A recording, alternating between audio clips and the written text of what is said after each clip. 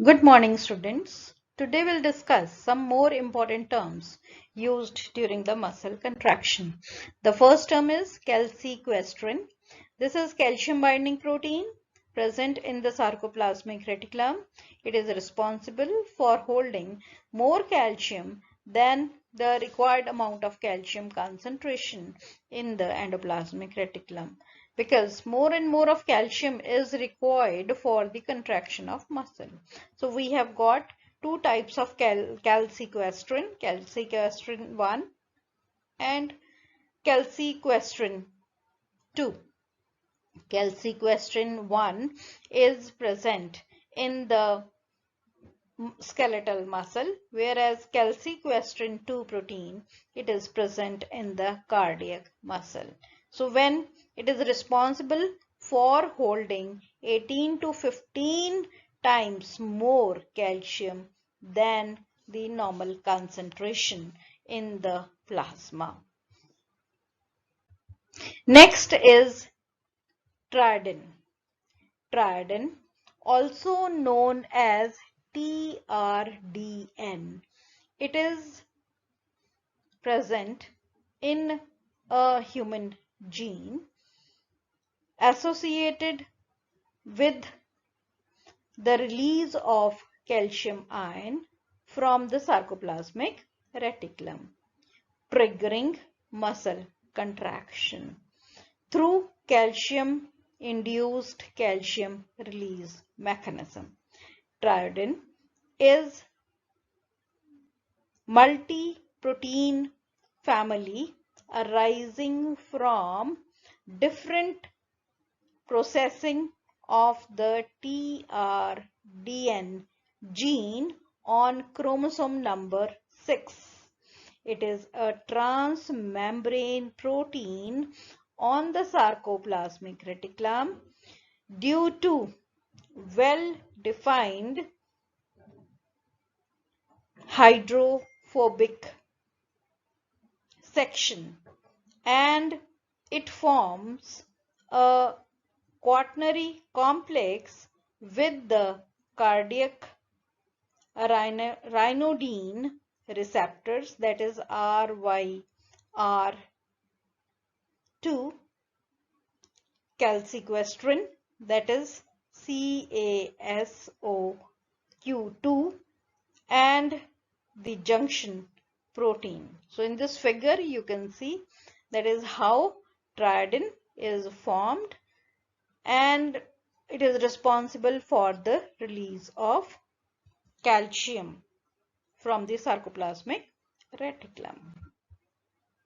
Next is DIHYDROPYRIDINE receptors, that is DHP receptor.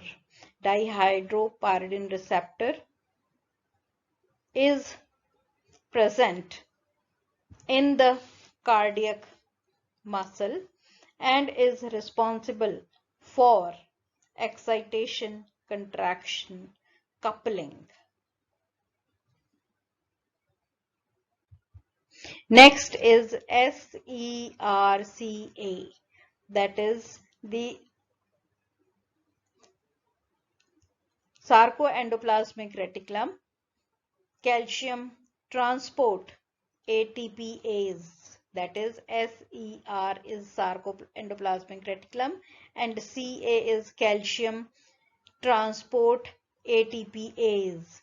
It is a pump that transport calcium ion from the cytoplasm into the endoplasmic or sarcoplasmic reticulum. That is, from the cytoplasm to sarcoplasmic reticulum, the calcium, it enters through SERCA. Next term is ryanodine receptors. The ryanodine receptors, also known as RYRS, they are located in the sarcoplasmic reticulum membrane and are responsible for the release of calcium from intracellular stores during the excitation contraction coupling in the cardiac as well as the skeletal muscle in the following way. When the stimulus it comes, it leads to the release of the calcium. Next is single muscle twitch. Single muscle twitch, as you know, that it contains three important phases. One is latent phase, then is contraction phase, and the relaxation phase. The single muscle twitch of smooth muscles, cardiac muscle and skeletal muscle, they are variable. In the case of skeletal muscle, the peak is high and then immediately it will show relaxation, whereas in the case of cardiac muscle it will take some time because of the start of the calcium pump, whereas in the case of smooth muscle the phase it will be of longer duration and the contraction it will take place for a longer time. So the time period of the skeletal muscle is minimum and smooth muscle is maximum. So during the smooth muscle contraction, colmodulin, it plays a very important role, and calcium pump it operates. Because of the calcium colmodulin complex, the contraction of smooth muscle is delayed and it uses less energy than the other. So the contraction in the case of smooth muscle, it is quite efficient. About 70% contraction in the case of smooth muscle is made possible by using less amount of energy, because in the case of smooth muscles the enzyme it plays very important role, that is the MLCK, myosin light chain kinase. When it is activated by calcium colmodulin complex, it is causing the contraction of the smooth muscle, and the relaxation again it is there with the help of enzyme only, that is MLCP, that is myosin light chain phosphatase. So both these contraction and relaxation, they are induced with the help of the enzymes in the case of the smooth muscles. Next is the latch system. The latch system is shown by the smooth muscle contraction.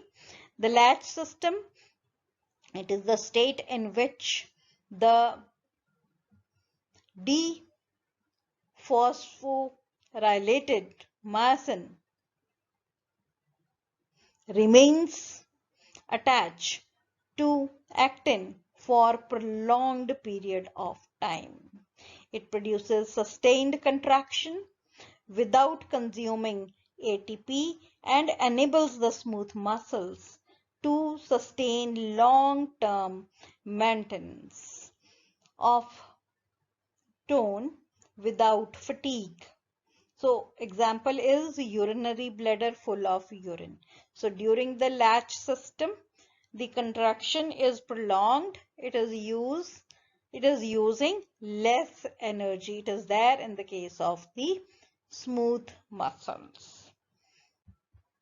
Next term is T-tubules. T-tubules, they are just the invaginations of the membrane of the muscles. So these T-tubules, they bring stimulus from the neuromotor junction.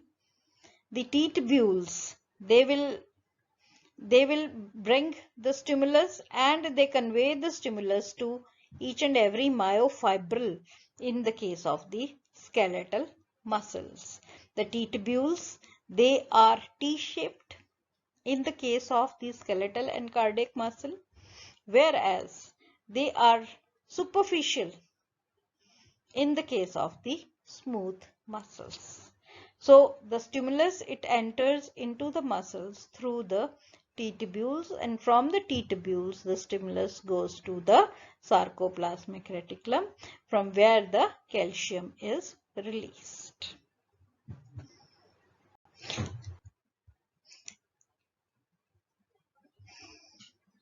So T-tubules, they are associated with the release of calcium from the sarcoplasmic reticulum. They form dense network over the myofibril, bringing information from the neurons to the myofibrils.